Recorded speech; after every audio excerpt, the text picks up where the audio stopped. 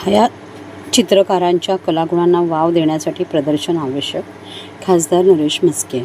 रोजच्या धकाधकीच्या आयुष्यात छायाचित्रकार त्यांच्या दैनंदिन कामाबरोबरच आजूबाजूला घडणाऱ्या घटना आपल्या छायाचित्रात टिपण्याचा प्रयत्न करीत असतात.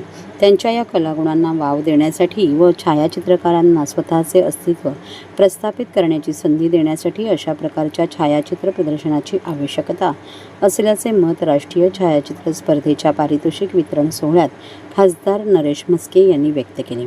19 ऑगस्ट या जागतिक छायाचित्र दिनानिमित्त ठाणे महानगरपालिका आणि ठाणे दैनिक पत्रकार संघ यांच्या संयुक्त विद्यमाने 17 ते 20 ऑगस्ट या कालावधीत हिंदू हृदय सम्राट शिवसेना प्रमुख बाळासाहेब ठाकरे स्मारक येथे राष्ट्रीय छायाचित्र स्पर्धा व प्रदर्शन आयोजित करण्यात आले होते. या राष्ट्रीय छायाचित्र स्पर्धा आणि प्रदर्शनाचा पारितोषिक वितरण सोहळा आज पार पडला. या सोहळ्यास खासदार नरेश म्हस्के, आमदार संजय केळकर, अतिरिक्त आयुक्त 1 संदीप माळवी, अतिरिक्त आयुक्त प्रशांत रोडे, उपायुक्त क्रीडा मिनल पालांडे, पद्मश्री सुधाकर ओलवे, अभिनेत्री काजल काटे, ठाणे दैनिक पत्रकार संघाचे अध्यक्ष आनंद कांबळे तसेच निलेश पानमंत, विभव बिरवटकर, प्रफुल्ल गांगुर्डे, अनुपमा गुंडे, विकास काटे, अशोक गुप्ता, पंकज रोडेकर आदी पदाधिकारी तसेच ज्येष्ठ छायाचित्रकार पलाश उपस्थित. रावसाहेब, आमचे मुख्यमंत्री एकनाथ शिंदे साहेब आणि आमच्या समाजाचे मित्र नरेश म्हस्के साहेब हे वेळोवेळी सहकार्य करत असतात. या समाजाच्या सहकार्याने आम्ही स्पर्धा यशस्वी करू शकलो. आणि महत्त्वाची गोष्ट म्हणजे आम्ही आमच्या छोट्याशा आमंत्रणावर देखील आमचे म्हस्के साहेब येत असतात. फोटोग्राफीचा थोडासा छंद आहे आणि कॉंग्रॅच्युलेशन्स टू एव्हरीवन ज्यांना पारितोषिक मिळालंय. मी राष्ट्रीय स्तरावर आपण सुरू केलेलं आहे. आज 12वं वर्ष असेल आणि त्याचा बक्षीस समारंभ या ठिकाणी होते आणि त्याकरता उपस्थित ठाणे महापालिकेचे अतिरिक्त आयुक्त संदीप माळवी, प्रशांत रोडे, उपायुक्त मिनल पालांडे, फोटोग्राफीमध्ये पद्मश्री सुधाकर ओलवे, ज्येष्ठ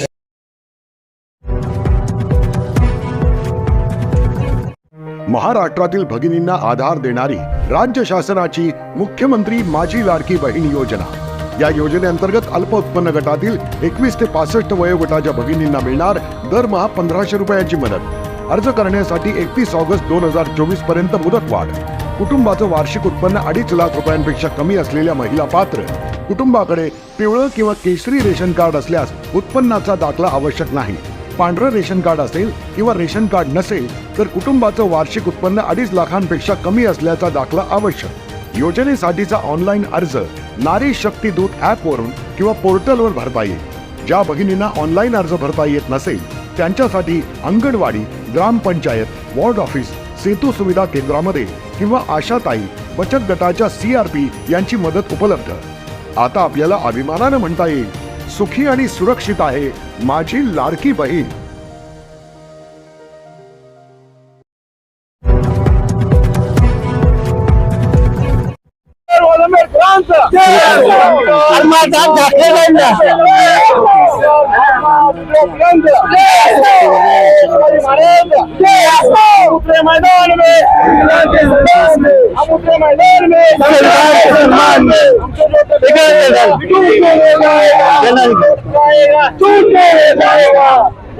आम्ही आमच्या हक्काचे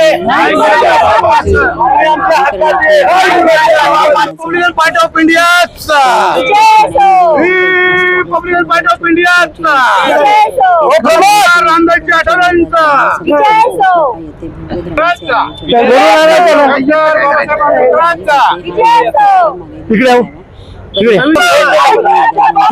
कोण म्हणतात देणार नाही, कोण म्हणतात देणार नाही.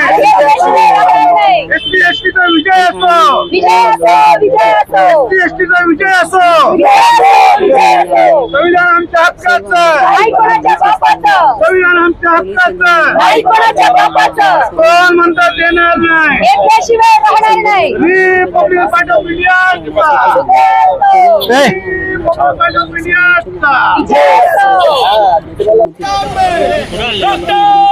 चला चला चला चला.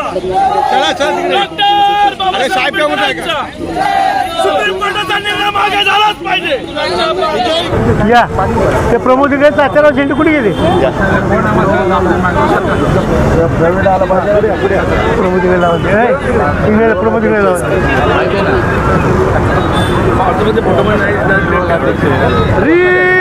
रिपब्लिकन पार्टी ऑफ इंडियाचा रिपब्लिकन पार्टी ऑफ इंडियाचा ओ प्रमोद रामदासजी आठवलेंचा हो प्रमोद बाबासाहेब आंबेडकरांचा बाबासाहेब आंबेडकरांचा तिकडे तिकडे संविधान आमच्या हक्काचं प्रमुख हातात झाला नको संविधान कोण म्हणतात देणार नाही. सर्वोच्च न्यायालयाच्या 7 जजच्या खंडपीठाने जो SC STच्या संदर्भात वर्गीकरणाचा जो विषय दिलेला आहे, वर्गीकरणा प्रमाणीकरण आणि नॉन क्रिमिनल मध्ये त्यांना समाविष्ट करण्याबद्दल जे निर्णय दिले त्याची अंमलबजावणी करण्याची जबाबदारी राज्य शासनाने केंद्र सरकारवर टाकलेली आहे. आमची मागणी ती आहे की कुठल्याही प्रकारचे सुप्रीम कोर्टाने दिलेला जो आदेश आहे तो इम्प्लिमेंट करू नये, ना केंद्र सरकारने ना राज्य सरकारने हा इम्प्लिमेंट करू नये. हा SC ST मधल्या अंतर्गत वाद निर्माण करून किंवा अंतर्गत झगडे निर्माण करून जे त्यांना जे अभिप्रेत आहे RSS ला की सरकार SC STचं जे संविधानाने दिलेला अधिकार आहे ते आरक्षण आहे ते रद्द करण्यासाठी त्यांचा जो कुटील डाव आहे त्या अनुषंगाने तिने दिलेला हा आदेश आहे. म्हणून त्या आदेशाची अंमलबजावणी करू नये, तो आदेश फिरवावा अशी आमची मागणी आहे. सर्वसामान्य दलित समाजाचं आणि आदिवासी समाजाचं नुकसान होणार आहे. नुकसानाचा असा विषय आहे की आजही समाजा हे काम करत तर त्या संदर्भात निर्णय घेऊ नये, असं अंमलबजावणी करू नये ही आमची मागणी आहे. मुख्य मागणी ती आहे.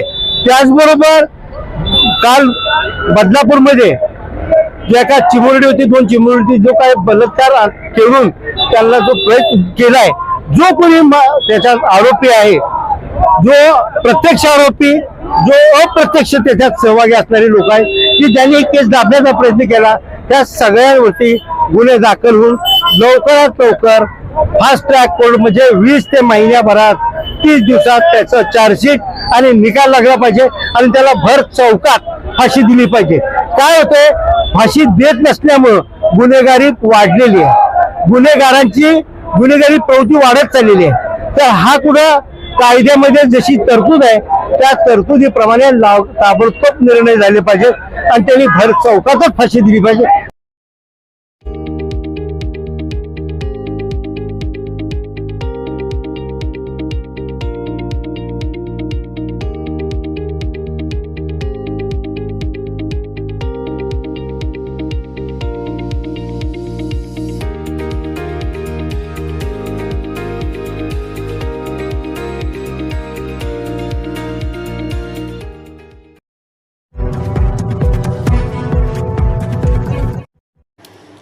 कोलकाता अत्याचार प्रकरणी अभाविपची निदर्शने, कठोर कारवाईची केली मागणी. कोलकाता येथील RG कर मेडिकल कॉलेजच्या महिला डॉक्टरावरील अत्याचारानंतर निष्क्रिय असलेल्या पश्चिम बंगाल सरकारच्या निषेधार्थ ठाण्यात अखिल भारतीय विद्यार्थी परिषदेच्या वतीने ज्ञानसाधना महाविद्यालय ते 3 हात नाका या दरम्यान हातात फलक घेऊन निषेध मोर्चा काढण्यात आला. पश्चिम बंगालमध्ये महिला मुख्यमंत्री असताना तेथील महिला डॉक्टर देखील सुरक्षित नाहीत, तेव्हा केवळ समाज माध्यमातून व्यक्त होण्यापेक्षा समाजात येऊन व्यक्त होत समाजात बदल घडवण्याचा निर्धार अभाविपच्या विद्यार्थ्यांनी व्यक्त केला. यावेळी निदर्शक विद्यार्थ्यांनी मुख्यमंत्री ममता बॅनर्जीच्या निषेधार्थ घोषणाबाजी करून त्यांच्यावर कठोर कारवाईची मागणी केली. अखिल भारतीय विद्यार्थी परिषद ठाणे यांच्या वतीने ठाणे शहरात आयोजित केलेल्या मोर्चामध्ये संपूर्ण भारतातील बलात्कार आणि लैंगिक हिंसाचाराच्या पीडितांना त्वरित न्याय मिळवून देण्याच्या दृष्टीने एक ठाम संदेश दिला. या मोर्चामध्ये अनेक विद्यार्थी युवकांनी सहभाग घेतला. ज्ञानसाधना कॉलेज येथून सुरू झालेल्या या रॅलीत विविध प्रकारचे बॅनर, पोस्टर आणि घोषणांच्या माध्यमातून अत्याचाराच्या घटनांमुळे वाढलेल्या चिंतेला वाचा फोडण्यात आली. यावेळी बोलताना अभाविपचे कोकण प्रदेश मंत्री संकल्प फळदेसाई म्हणाले की पश्चिम बंगालमध्ये महिलांना देवीचा दर्जा दिला जातो. मुख्यमंत्री स्वतः एक महिला आहे, तिथेही महिला सुरक्षित नाहीत. या प्रकरणातील पुरावेही नष्ट केले गेले. यातून ममता सरकारची तानाशाही समोर आल्याने याचाही अभाविपच्या वतीने तीव्र शब्दात निषेध व्यक्त केला गेला.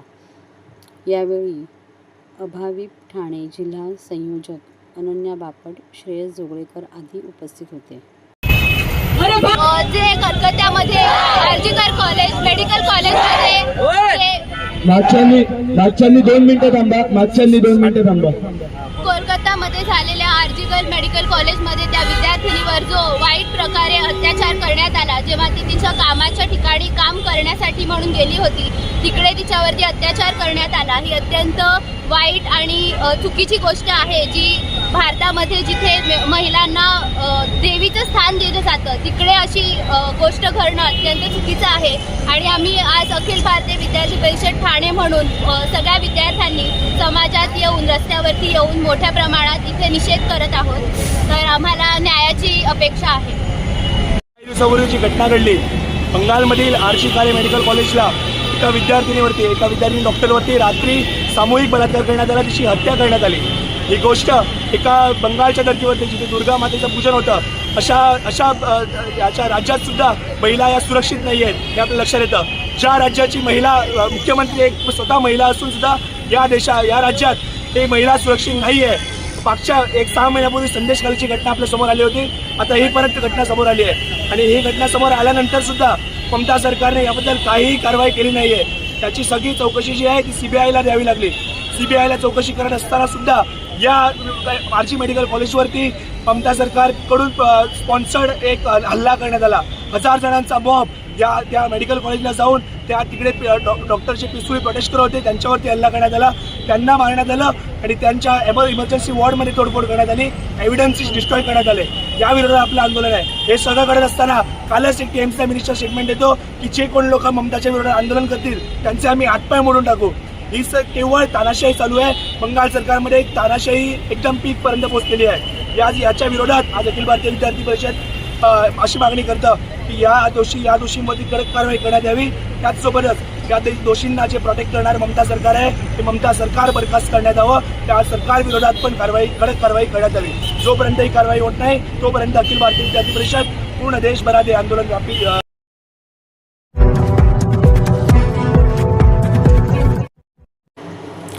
बदलापूरचे ठाण्यात पडसाद.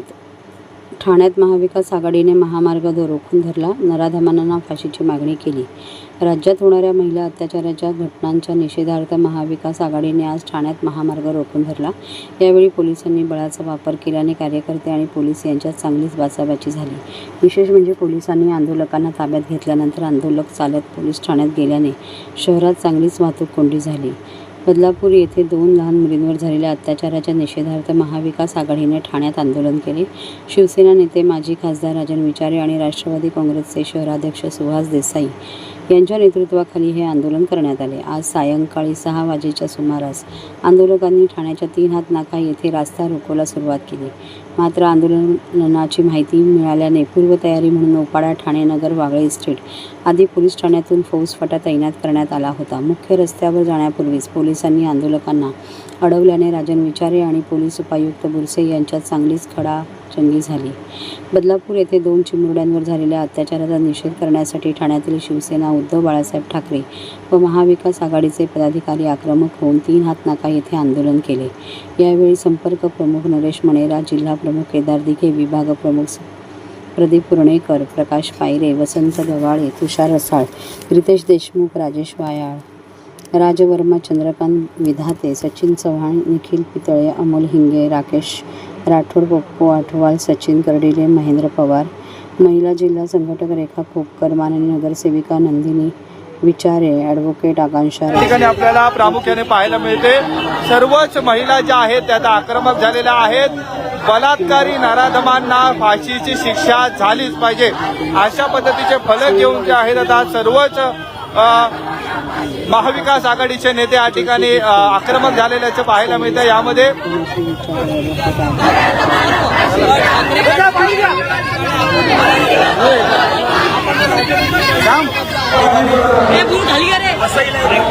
यादव नावाच्या मुलीवरच्या बलात्कार त्यानंतर दुसरी घटना झाली वळलीला कावेरी नागवा या महिलेला त्या ठिकाणी हिंदे गटाच्या पदाधिकाऱ्यांनी त्या ठिकाणी तिला उद्योगाला मार मारला. त्याचबरोबर बघितलं असेल 7 जुलै अक्षता म्हात्रे त्या ठिकाणी शिवपाटाला झाली. त्यानंतर 27 जुलैला उरणमध्ये यशस्वी शिंदे नावाच्या मुलीवरती तुकडे करून तिच्यावरती अत्याचार केला, तिला फोन केला. त्यानंतर 14 ऑगस्ट कालची घटना जी झाली, 12 तारखेला पहिली घटना झाली आदर्श विद्यालय म्हणून बदलापूरचा आहे. त्यानंतर 13 तारखेला दुसऱ्या दिवशी पण झालं. म्हणजे जर 12 तारखेला जर कारवाई केली असती तर ती एक मुलगी व्यक्ती या अत्याचारापासून वाचली असती. परंतु आज हे सरकार आहे, हे सरकार शिंदे सरकार ज्या पद्धतीने या महाराष्ट्रामध्ये महिलांवरती अत्याचार होतात. काल संपूर्ण आजभर राख्या बांधल्या होत्या. या आता फक्त शरीरावरचं बाकीचे अवयव बाकी होते. परंतु आज तुम्ही बघितलं असेल आमच्या लाडक्या बहिणी, आज लहान मुली या ठिकाणी सुरक्षित नाही. गेले 5 ते 7 महिन्यापासून या संपूर्ण आजूबाजूच्या परिसरामध्ये तुम्ही बघितलं असेल एवढ्या घटना होऊन सुद्धा या ठिकाणी कुठे न्याय मिळाला जात नाही. 5 लाखच्या नावाखाली या ठिकाणी अक्षता म्हात्रे याचा मृत्यू झाला 3 महिन्यापूर्वी. 3 महिने झाले अजूनही त्या ठिकाणी त्या फास्ट ट्रॅकमध्ये जे सरकारी ते सुद्धा केले नाही. फास्ट ट्रॅक म्हणजे 50 वर्ष केस चालणार आहे का? आज हे सरकार काय करते? या सरकारने राजीनामा द्यायला पाहिजे. आणि ज्या पद्धतीने पुणे नोटबंदीचा कायदा एका रात्रीमध्ये आणला आणि यासाठी तुम्हाला कायदा आणू शकत नाही. या 8 दिवसामध्ये 10 दिवसामध्ये या ठिकाणी या नराधमाला फाशी झाली पाहिजे. यासाठी संपूर्ण रस्त्यावरती लोक या ठिकाणी आलेले आहेत.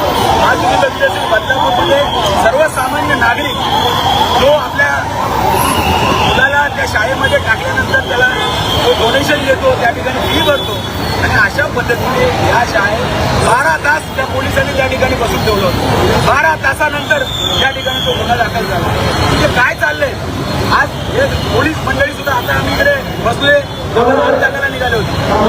म्हणजे आज एखादा आवाज उठवायचा असेल तरी आज त्या दिवशी मुख्यमंत्री महोदय ठाण्यात आले होते आणि इंटिमेशन देऊन सुद्धा त्या ठिकाणी पोलिसांनी काही केलं नाही. त्या ठिकाणी आज तुम्ही बघितलं असेल मातोश्रीच्या बाहेर सुद्धा त्या ठिकाणी ठाण्यातून अजूनही मधून त्या ठिकाणी मुस्लिम बांधवांना घेऊन त्या ठिकाणी मातोश्रीवरती आंदोलन करावं. राजकीय अशा पद्धतीने ही पोलीस यंत्रणा एखाद्या ह्याच्याप्रमाणे काम करते आणि म्हणून सरकार ज्या पद्धतीने चालू आहे 3 महिने राहिले, शेवटची घटना आलेली आहे. जनता कुणाला उकाटल्याशिवाय त्या संस्थेच्या चालकाला राजकीय वरद असतं होतं, त्यामुळे सगळ्या गोष्टी घडल्या असं तुम्हाला वाटतं? आज सर्व या ठिकाणी बीजेपीचा कार्यकर्ता असला किंवा शिंदे गटाचा कार्यकर्ता असला किंवा दादांचा कार्यकर्ता असला की त्या ठिकाणी पोलीस कारवाईच करत नाही. पण शिवसेनेचा कार्यकर्ता असला किंवा पवारसाहेबांचा कार्यकर्ता असला किंवा काँग्रेसचा कार्यकर्ता असला की त्याच्यावरती बरसात केली जाते. अशा पद्धतीने जे पोलीस बांधव आज ज्या पद्धतीने शेवटी सुद्धा मुलं त्या ठिकाणी शाळेत जातात. हे आंदोलन कुठल्या पक्षाच्या विरोधात नाही. या संबंध जे काय चालू आहे गेल्या 5 ते 6 महिन्यापासून संपूर्ण या ठाणे जिल्ह्यामध्ये वारंवार घटना घडतात. आम्ही आपले मोर्चे काढतो, पोलीस आश्वासन देतो, परंतु पुढे काय फास्ट ट्रॅकची भूमिका काय? आज त्या गोष्टीला जवळजवळ अक्षता म्हात्रेला जवळजवळ 3-4 महिने होऊन गेले, आज तिला नाही मिळत नाही. आज जेवढी मी नावं सांगितली, ची घटना असेल, त्या ठिकाणी वसईची घटना असेल, आज बघितलं असेल कुठेही लक्ष नाही. फक्त कार्यकर्ते फोडणे, त्यांना खोट्या केसेस टाकणे, त्यांच्या घरावरती बुलडोजर फिरवणे आणि त्यांना आपल्या पक्षामध्ये आणणे, एवढ्याच कार्यक्रमामध्ये सरकार मशगूल आहे. आणि म्हणून मला वाटतं ही जनता उघड्या डोळ्याने बघते, ही जनता नक्कीच या लोकांना उचलून देईल.